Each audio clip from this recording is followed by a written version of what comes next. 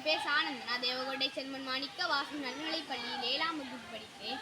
இன்னைக்கு முருகப்பா அறிவியல் மையத்திலேருந்து வந்திருந்தாங்க.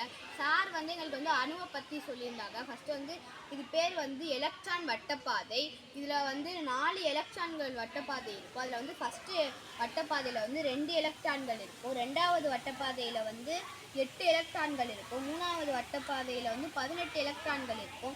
4வது வட்டப்பாதையில் 32 எலக்ட்ரான்கள் இருக்கும்.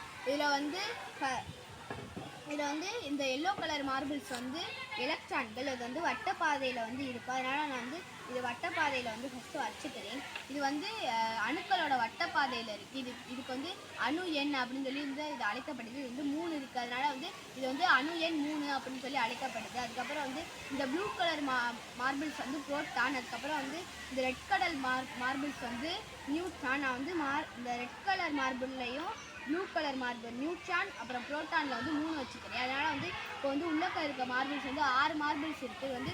உட்கரு இந்த நியூட்ரான் புரோட்டான் உட்கரில் இருக்குது. இது நிறை எண் அப்படின்னு சொல்லி அழைக்கப்படுது. இந்த அணுவோட பேர் லித்தியம் அணு. இதை இது முருகப்பா அறிவியல் மையம் எங்களுக்கு நல்லா எக்ஸ்பிளைன் பண்ணாங்க. அது எனக்கு ரொம்ப பிடிச்சிருந்துச்சு. முருகப்பா அறிவியல் மையத்துக்கு எங்கள் ஸ்கூல் சார்பாக நான் நன்றி சொல்லிக்கிறேன். நன்றி.